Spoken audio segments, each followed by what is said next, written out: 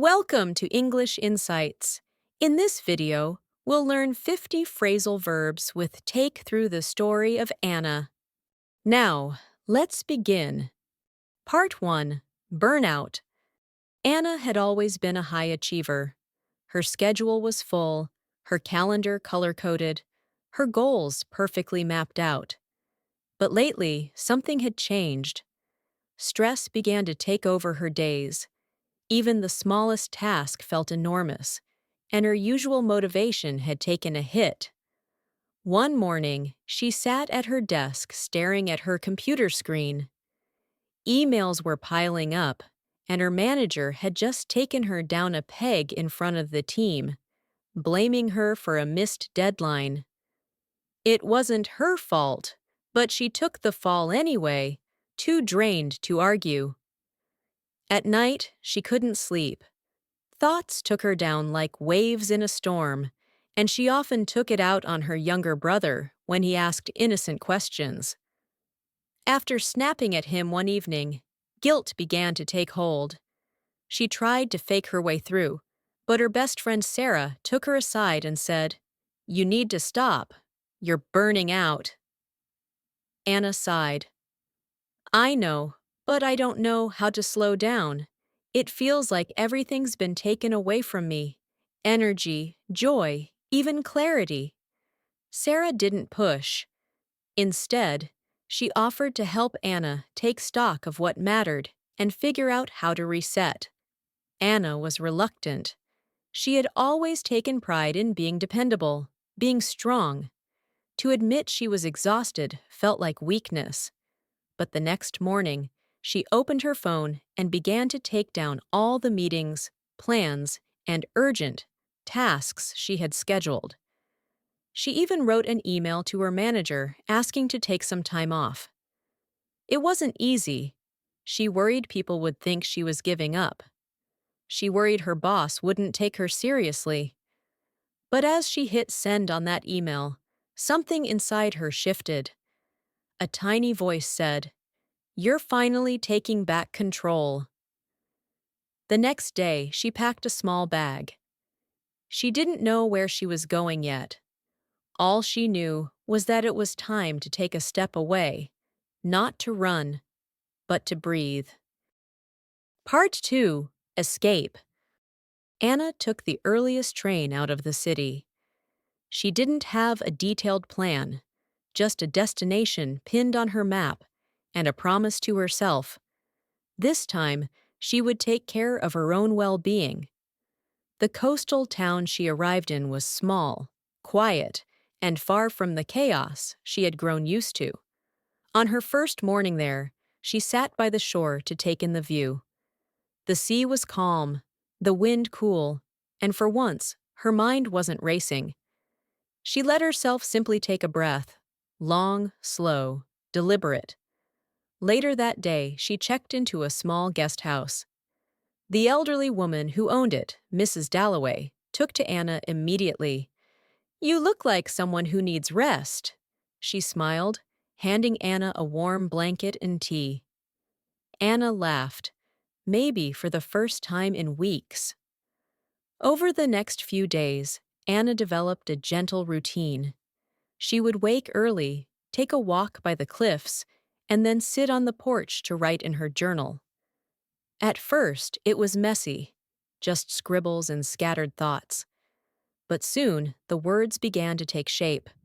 One afternoon, as she wandered through town, she saw a sign. "Watercolor Workshop. Beginners welcome." Something inside her stirred.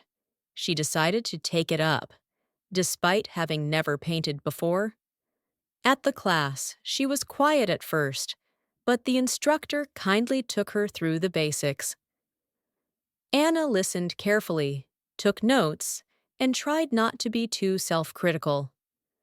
After an hour, she held up her first painting.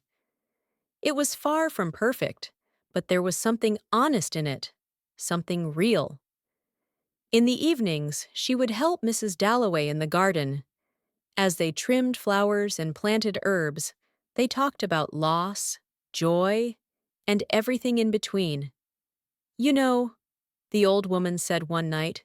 "Sometimes life needs to be taken apart before it can come back together." Anna nodded. That's exactly how she felt, like her old self had been dismantled. But slowly, something new was building within her. And for the first time in months, she slept peacefully. Part 3. Awakening. As the days passed, something within Anna began to shift.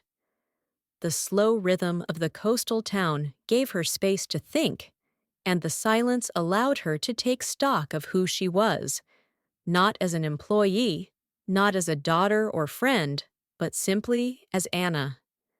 She signed up for more painting classes and started experimenting with colors, textures, and emotions. Her creativity, once buried beneath stress and deadlines, began to take over, but this time in the best way possible. Ideas came rushing in. She filled page after page, canvas after canvas, letting emotions she had long suppressed finally take form. One afternoon, the instructor approached her. "You should submit one of your paintings to the local art fair," he said. Anna blinked in surprise. "I wouldn't even know where to begin." But he offered to take her through the process step by step. She hesitated. Fear tried to take hold again, but she reminded herself of how far she'd come. So she took a risk and signed up. In preparation, she began to take apart some of her earlier works to reuse materials. It wasn't just about saving paint. It was symbolic. She was learning to deconstruct her past without shame. She had taken on enough pain. Now it was time to turn it into purpose. Anna also began to take part in local events, a poetry night here, a beach cleanup there. Slowly, she started meeting people who shared her interests, her pace, even her scars. With each conversation, she took interest in their stories, and in turn, they began to care about hers. She also started a blog, where she shared snippets of her art and reflections. To her surprise, it took off quickly. Strangers from around the world messaged her, thanking her for putting their feelings into words and images. One evening, as she walked back from the art center, a man stopped her. "I read your latest post," he said shyly. "It really spoke to me. Thanks for writing it." Anna smiled, not the polite, professional smile she used to wear, but a real, grateful one.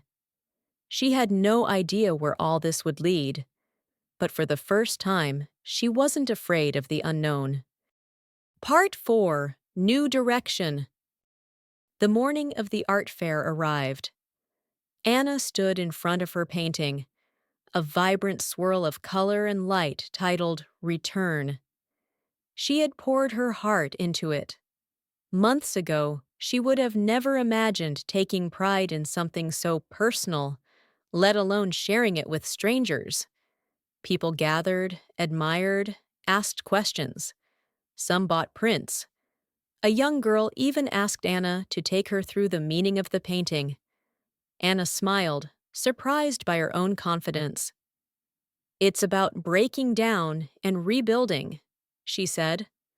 "About learning to take control of your life again." Later that week, she got an email from a small creative retreat center. They had read her blog and wanted to take her on as a guest facilitator. Her heart skipped. She had never done anything like that, never stood in front of a group, never taught. But something inside her said yes. She returned to the city, not as the woman who had fled it in exhaustion, but as someone who now knew when to pause, when to say no, when to say enough. At work, she negotiated a more flexible role. Her manager, surprisingly, agreed. "We've seen how much you've grown," he said. "We want to take advantage of your creativity, not burn you out again." Anna laughed. It was the first time she felt heard in that office. She also began volunteering at a local mental health nonprofit, helping others take steps toward healing like she had. Each time she spoke to someone on the edge of burnout, she would take them aside, share her story, and remind them, "You don't have to fall apart to matter." In her spare time, she continued to paint, to write, and to share. And though not every day was perfect, she had learned to take things as they come, to take responsibility for her own energy, and most importantly, to take chances on herself. One night, back in the coastal town for a weekend visit, she stood by the cliffs where it had all begun. She closed her eyes, breathing in the sea air. She no longer needed to run or hide or prove anything. She had finally taken back her life, and this time she was not letting go.